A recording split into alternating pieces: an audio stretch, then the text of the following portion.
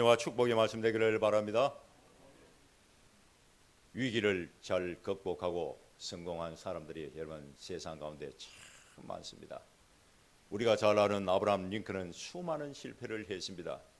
사업에 실패를 하고 약혼녀가 사망하고 또 선거에 나가면 떨어졌습니다. 보통 사람 같으면 여러분 포기하고 비참한 인생을 살다가 죽었을 것입니다. 그런데 아브라함 링컨은 그 모든 실패와 역경과 고난을 다 이겨내고 미국의 16대 대통령이 되었습니다.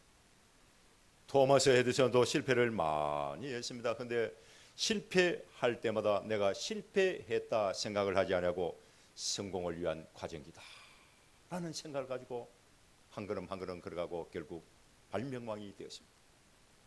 넬슨 만델라도 27년 동안 여러분 감옥에 갇혀 있었지만 다른 사람을 원망하고 복수를 해야 되겠다 라고 생각을 해본 적이 한 번도 없습니다.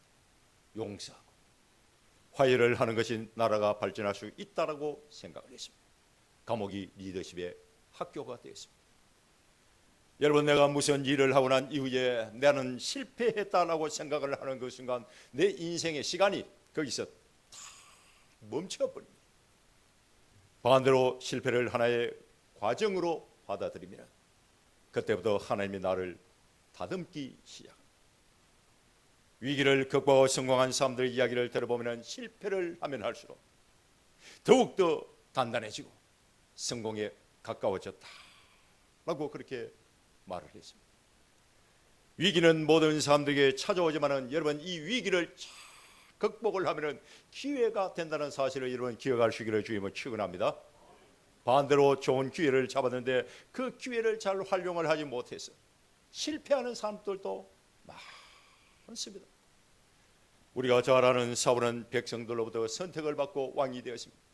여러분, 백성들로부터 선택받고 왕이 되시면 선정을 해서 역사의 길이 남는 성군이 되어야 되는데 하나님 말씀에 불순종하고 사람들 눈치를 보다가 실수하고 결국 버림을 당하고 맙니다. 코닥이라는 회사가 있습니다. 여러분 디지털 카메라를 최초로 만들었잖아요. 그런데 변화를 거부하다가 결국 파산당하고 맙니다. 잘 나갈 때 여러분 형통할 때에 더 많은 기술 투자를 해서 도약을 해야 되는데 현실에 안주하다가 망했습니다. 삼손도 엄청난 힘을 가지고 있었지만 절제를 하지 못해서 실패하고 결국 비참하게 죽었습니다. 하나님은 저와 여러분들이 가지고 있는 능력보다도 순종을 본다는 것을 여러분 기억을 하십시오. 아무리 좋은 기회라 할지라도 작은 불순종 때문에 무너지게 되어 있습니다. 눈앞에 보이는 작은 이익 때문에 많은 사람들이 큰 손해를 보고 하나님이 주신 축복과 은사가 나를 무너뜨리는 장애물이 될 수가 있다는 것을 알아야 됩니다. 강원도 태백산 깊은 골짜기에서 여러분 작은 옹달을 세면서 물이 퐁퐁퐁퐁을 쏟아나잖아요. 그 물이 개천을 지나고 강을 따라서 여러분 나중에 쭉 흘러가다가 바닷물과 만나는 지점이 있듯이 우리 사람은 다 변곡점이 있습니다. 변곡점. 그 변곡점이 나를 살리기도 하고 반대로 나를 힘들게 하기도 합니다. 신앙생활도 마찬가지입니다. 다 변곡점이 있습니다. 어떤 사람은 영적으로 정상까지 올라가다가 하루아침에 모든 것을 다 잃어버리고 추락하고 실패하는 사람이 있습니다. 반대로 어떤 사람은 저 밑에 산 밑에 있는데 여차저차해서 정상까지 올라가는 사람도 여러분 있습니다. 1절 말씀을 읽어보면 그때에라고 여러분 기록이 되는데 그때는 시간을 의미하기도 하지만 사건을 의미하기도 합니다. 중요한 것은 이 짧은 세 글자가 그때에라는 이 세 글자가 히스기야 왕의 인생과 신앙을 완전히 무너뜨리는 변곡점이 되었다라는 사실입니다.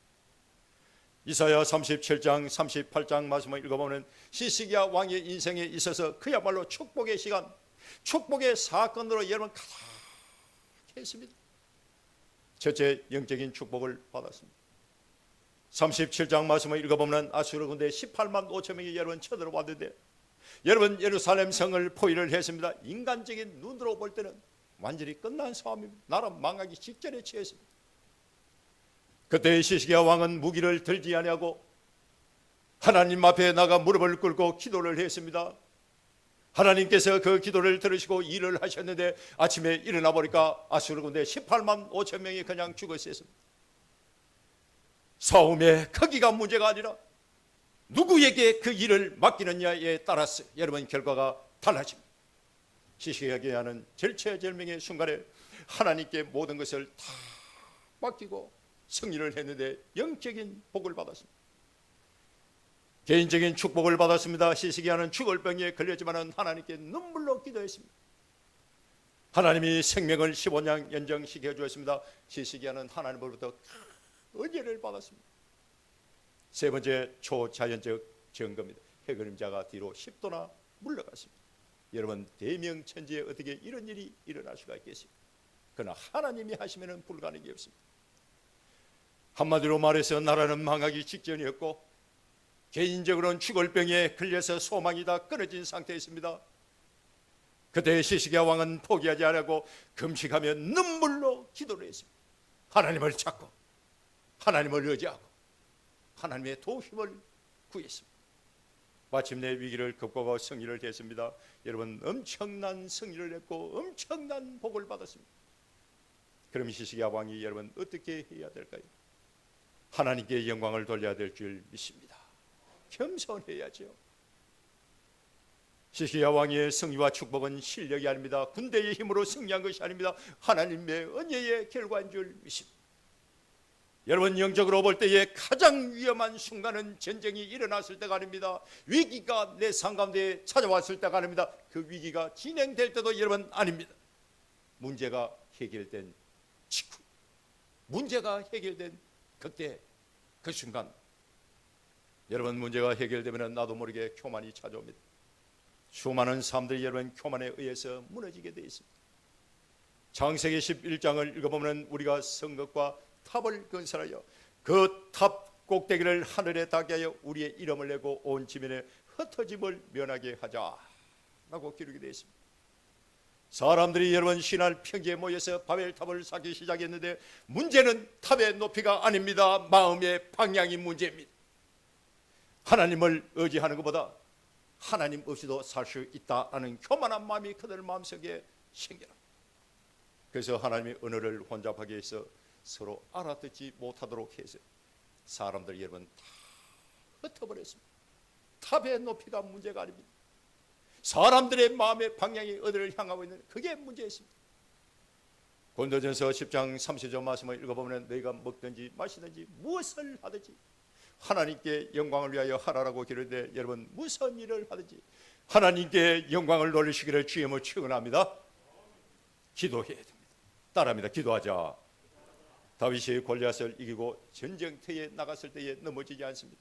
왕궁에서 편안하게 지내고 있을 때에 그때 바세바 사건이 여러분 터졌습니다. 넘어졌습니다. 나는 괜찮다라고 생각할 때 그때 사탄이 여러분 공격해 옵니다. 기도가 무엇입니까? 하나님과 교제하는 것이 기도입니다. 하나님과 가장 가까이 있는 시간이 여러분 기도하는 시간입니다.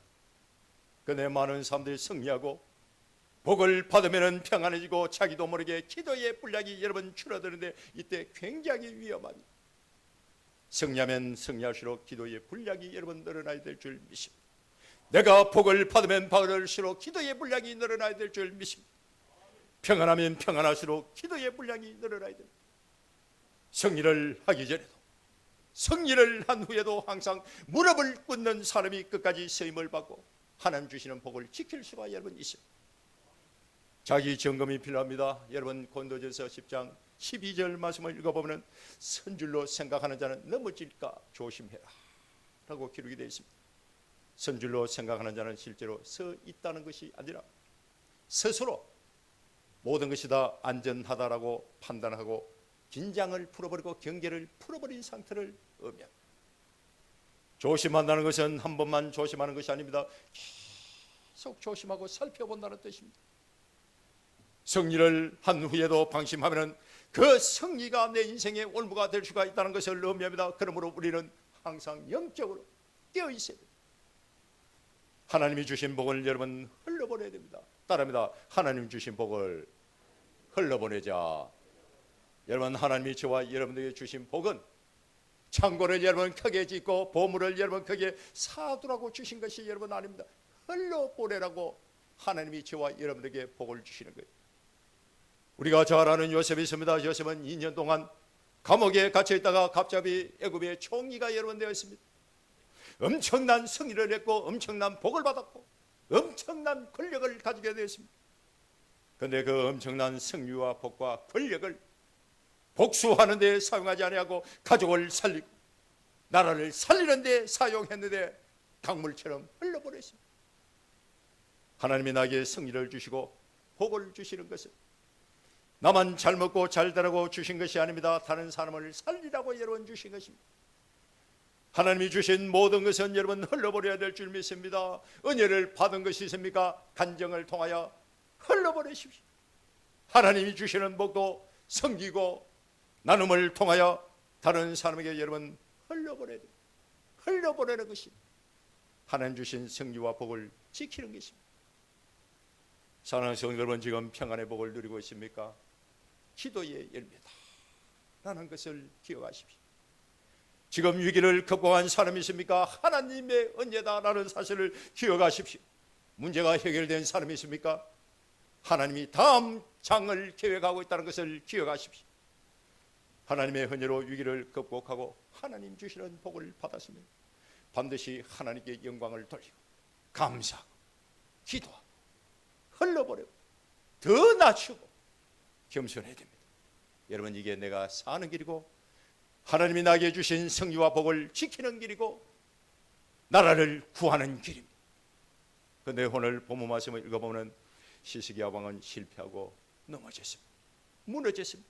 엄청난 승리와 엄청난 복을 받았지만 시스기야 왕은 여러분 무너졌습니다. 왜 무너졌냐? 첫째, 자랑 때문에 무너졌습니다. 따라합니다. 자랑 때문에 무너졌다.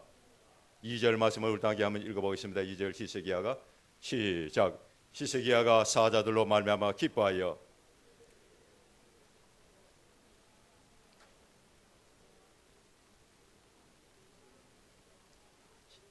시스기야가 궁중의 소유와 전 국내의 소유를 보이지 아니한 것이 없는지라. 아멘.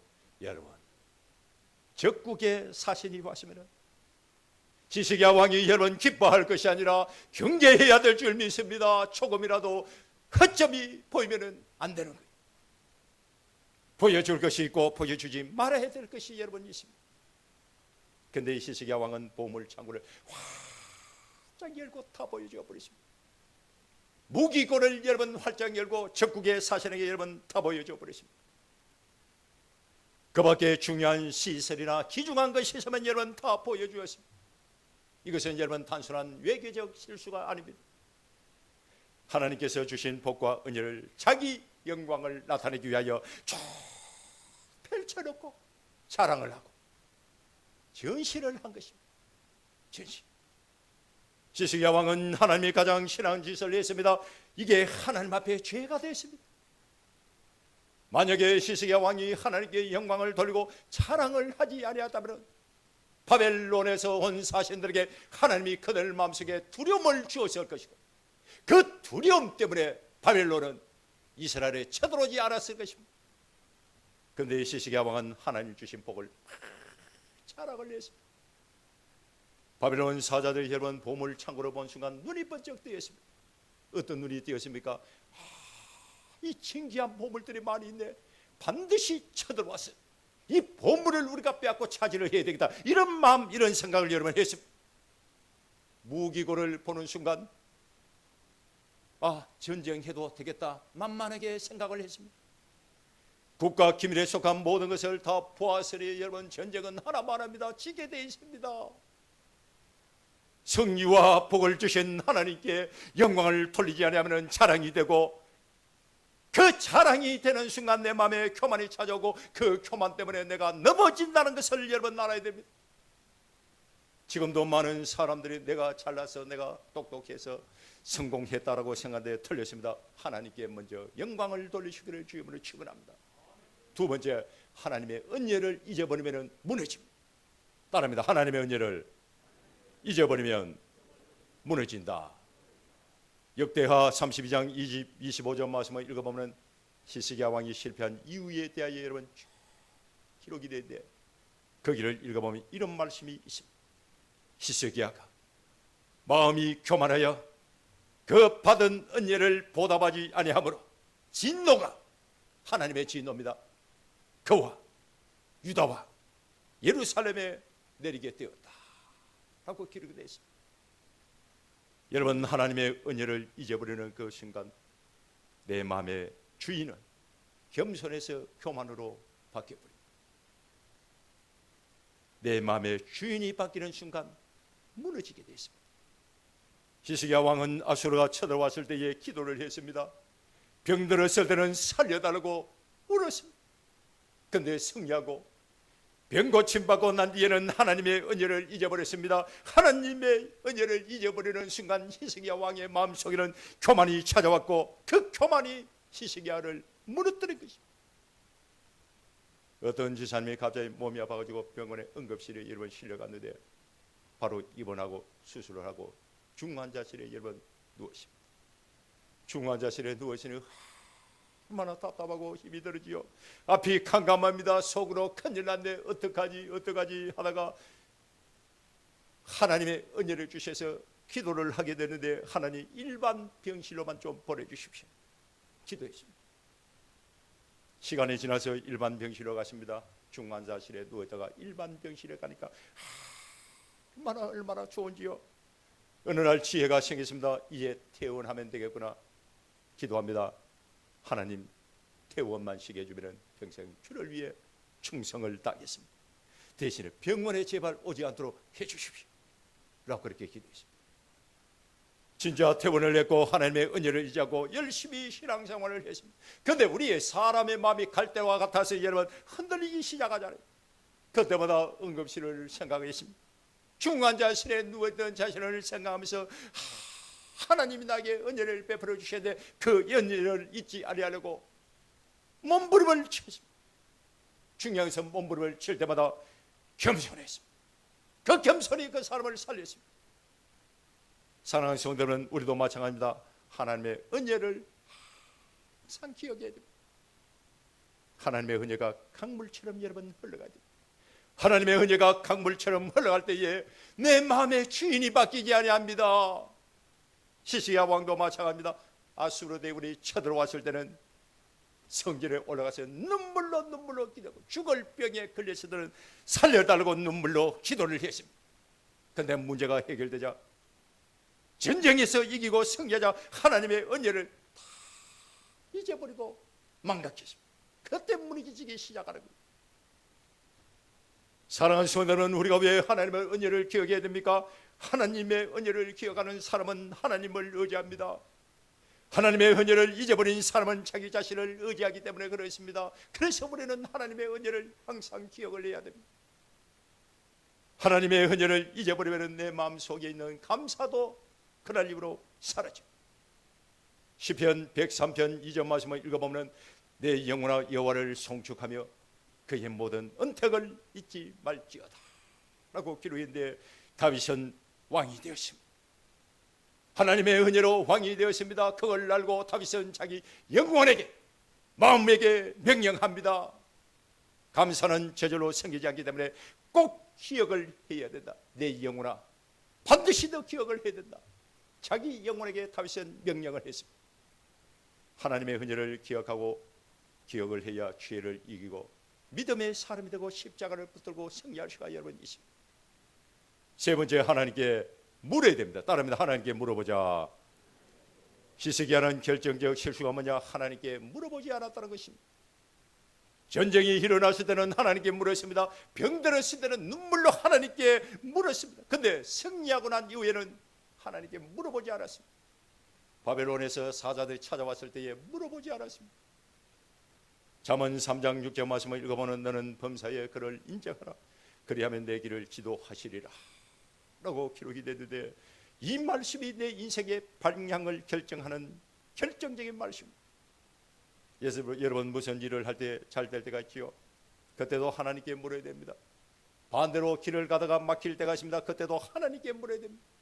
우리가 무슨 일을 선택할 때에 고민할 때가 있습니다. 그때도 하나님께 물어야 됩니다. 어려움을 당했을 때에, 여러분 문제가 생겼을 때에 하나님을 내 인생 가운데로 초대하십시오. 그게 기도입니다. 범사는 일부가 아니라 전부를 의미합니다. 큰 일과 작은 일, 영적인 일과 세상 일 다 포함하는 것이 범사입니다. 교회를 포함해서 가정과 직장과 인간관계까지 모든 장소와 시간까지 다 포함하는 것이 범사입니다. 그를 인정한다는 것은 모든 것을 다 맡기고 신뢰한다는 뜻입니다. 길은 목적지를 의미하는 것이 아니라 걸어가는 과정을 의미합니다. 하나님은 빨리 가는 길보다 바른 길 가기를 원하십니다. 지도한다는 것은 곱게 한다, 평탄하게 한다는 의미가 담겨 있습니다. 문제를 없애주는 것이 아니라 넘어지지 않아도 하나님께서 저와 여러분을 붙들어 준다는 뜻입니다. 여러분 급하면 급할수록 하나님께 물어보고, 잘 되면 잘 될수록 하나님께 물어보고, 안 되면 안 될수록 하나님께 물어보십시오. 무슨 결정을 앞두고 있을 때도 하나님께 물어보고, 형편이 좋아질 때도 하나님께 물어보십시오. 하나님, 이 일도 하나님의 뜻입니까? 하나님, 이것도 하나님의 뜻입니까? 라고 물어보십시오. 이 한 문장이 내 인생을 살고 나의 믿음을 더욱더 튼튼하게 합니다. 마지막 네 번째, 다음 세대를 생각해야 됩니다. 따라합니다. 다음 세대를 생각하자. 8절 말씀을 함께 읽어봅니다. 8절 히스기야가 시작. 히스기야가 이사야에게 이르되